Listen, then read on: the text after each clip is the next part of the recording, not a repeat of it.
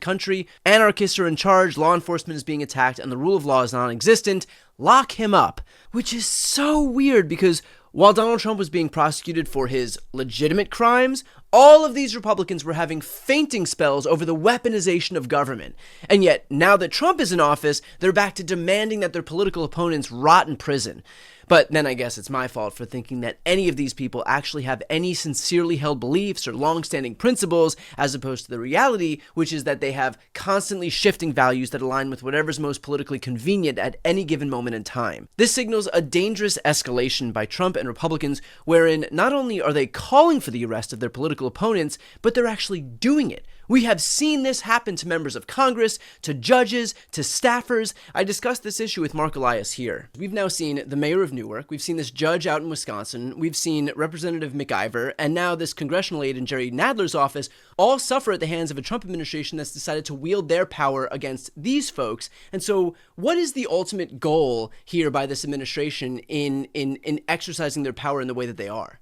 Yeah, so I want to point out that in each and every one of those instances, it has been the Department of Justice or the Department of Homeland Security, the Trump administration, exercising this extraordinary power in something involving immigration, right? Like, for all of the rhetoric that the administration came into office about how they were going after the worst of the worst and they were going to lock up the criminals and all of that.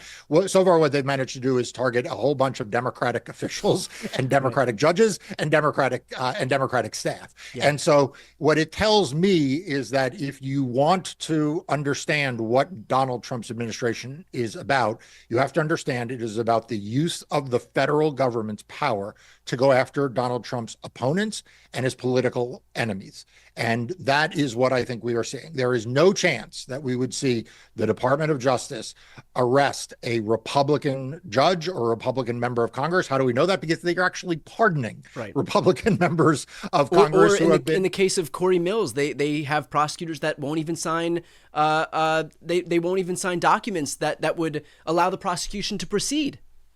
Yeah.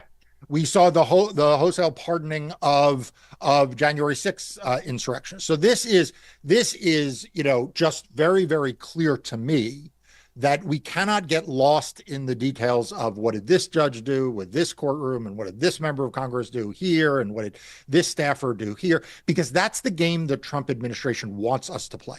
They want us to reduce this to the individual facts and say, well, the mayor probably shouldn't have been where he was, but after all, we dismissed the charges, and the staffer probably shouldn't have been where she was, but we, dropped that, and the judge was wrong, and blah, blah, blah, blah, blah.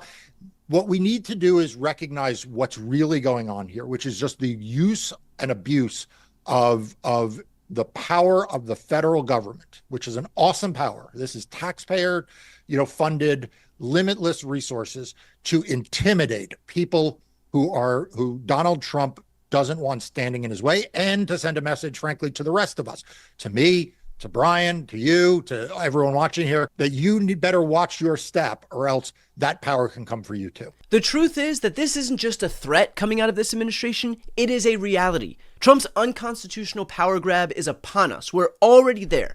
We're not approaching a constitutional crisis, we're in one.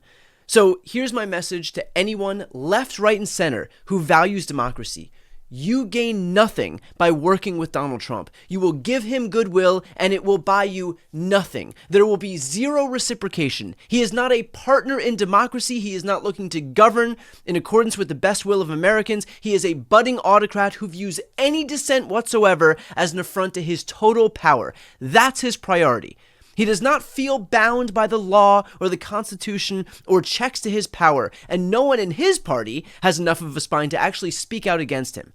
Meaning the only way out is for us, those who actually care about democracy, to fight back, to speak out, to protest, to sue, to organize, to build our coalitions, to inform and educate. Everyone has to be involved. Everybody has to do their part. Donald Trump is signaling what he will do. We should believe him.